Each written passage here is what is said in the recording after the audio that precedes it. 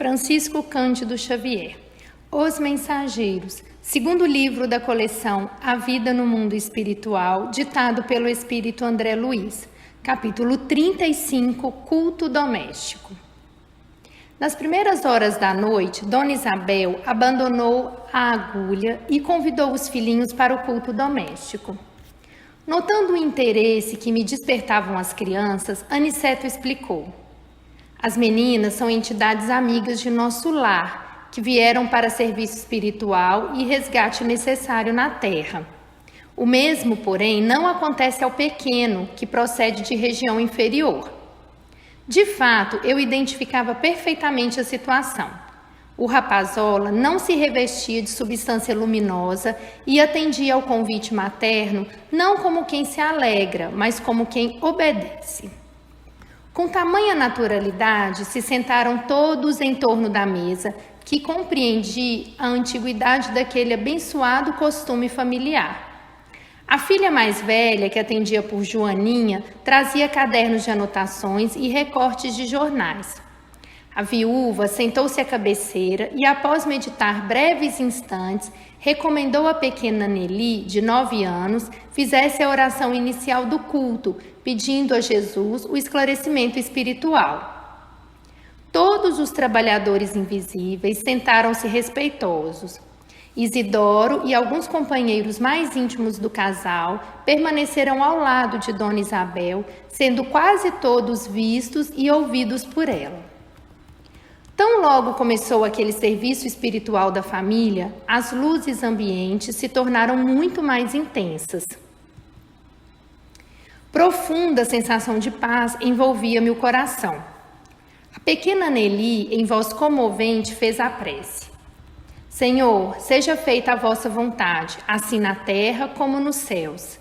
Se está em vosso santo desígnio que recebamos mais luz, permiti, Senhor, tenhamos bastante compreensão no trabalho evangélico. Dai-nos o pão da alma, a água da vida eterna. Sede em nossos corações, agora e sempre. Assim seja.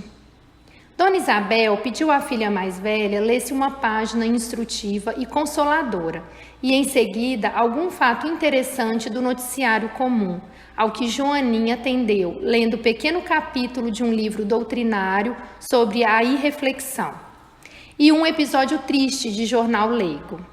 A primogênita de Isidoro, que revelava muita doçura e afabilidade, parecia impressionada.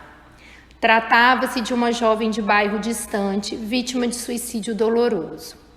O repórter gravara a cena com característicos muito fortes. A leitora estava trêmula, sensibilizada.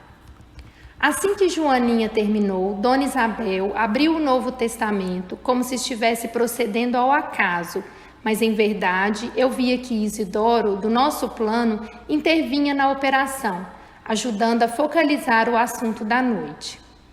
A seguir, fixou o olhar na página pequenina e falou: a mensagem versículo de hoje, meus filhos, está no capítulo 13 do Evangelho de São Mateus. E lendo o versículo 31, fê-lo em voz alta. Outra parábola lhe propôs dizendo: o reino dos céus é semelhante ao grão de mostarda que o homem tomou e semeou no seu campo. Observei então um fenômeno curioso. Um amigo espiritual que reconheci de nobilíssima condição pelas vestes resplandecentes, colocou a destra sobre a fronte da generosa viúva. Antes que lhes perguntasse, Aniceto explicou em voz quase imperceptível: aquele é o nosso irmão Fábio Aleto, que vai dar a interpretação espiritual do texto lido. Os que estiverem nas mesmas condições dele poderão ouvir-lhe os pensamentos, mas os que estiverem em zona mental inferior receberão os valores interpretativos, como acontece entre os encarnados. Isto é, teremos a luz espiritual do verbo de Fábio na tradução do verbo materializado de Isabel. Nosso mentor não poderia ser mais explícito. Em poucas palavras, fornecera-me a súmula da extensa lição. Notei que a viúva de Isidoro entrara em profunda concentração por alguns momentos, como se estivesse absorvendo a luz que a rodeava. Em seguida, revelando extraordinária firmeza no olhar, iniciou o comentário. Lemos hoje, meus filhos, uma página sobre a irreflexão e a notícia de um suicídio em tristíssimas circunstâncias. Afirma o jornal que a jovem suicida se matou por excessivo amor. Entretanto, pelo que vimos aprendendo, estamos certos de que ninguém comete erros por amar verdadeiramente. Os que amam, de fato, são cultivadores da vida e nunca espalham a morte. A pobrezinha estava doente, perturbada, irrefletida. Entregou-se à paixão que confunde o raciocínio e rebaixa o sentimento.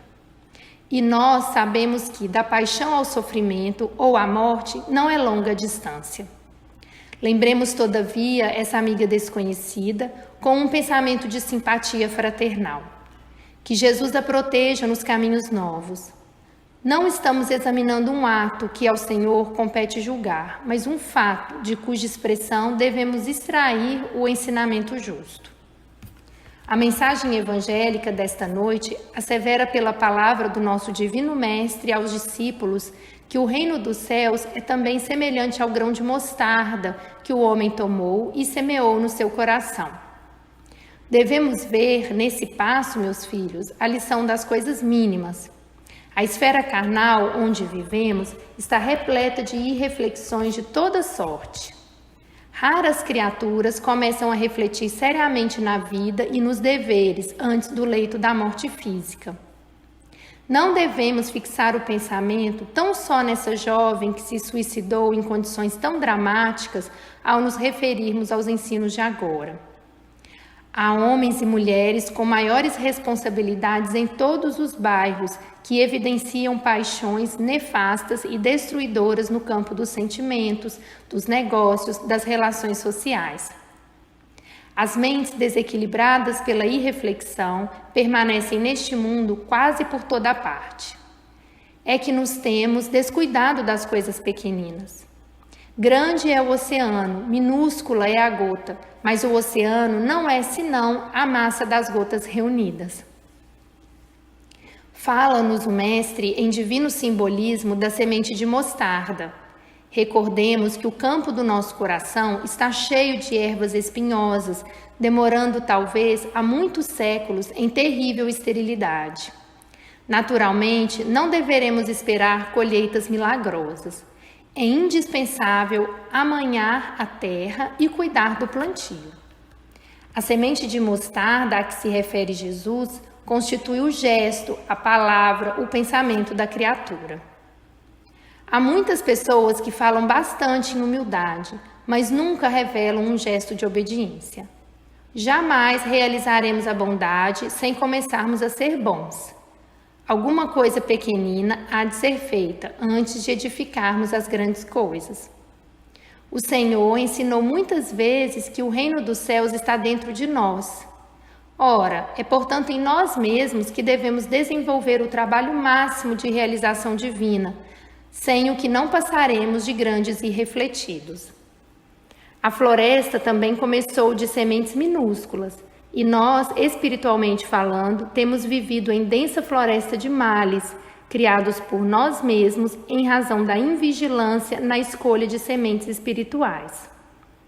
A palestra de uma hora, o pensamento de um dia, o gesto de um momento, podem representar muito em nossas vidas. Tenhamos cuidado com as coisas pequeninas e selecionemos os grãos de mostarda do reino dos céus. Lembremos que Jesus nada ensinou em vão. Toda vez que pegarmos desses grãos, consoante a palavra divina, semeando-os no campo íntimo, receberemos do Senhor todo o auxílio necessário. Conceder-nos-á a chuva das bênçãos, o sol do amor eterno, a vitalidade sublime da esfera superior.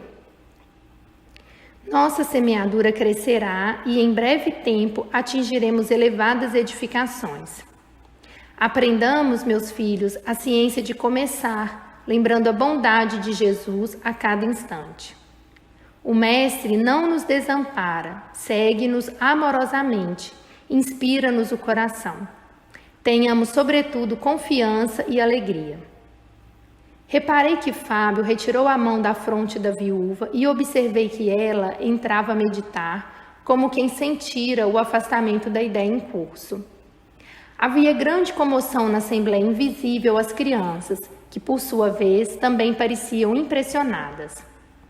Dona Isabel voltou a contemplar maternalmente os filhos e falou: procuremos agora conversar um pouco.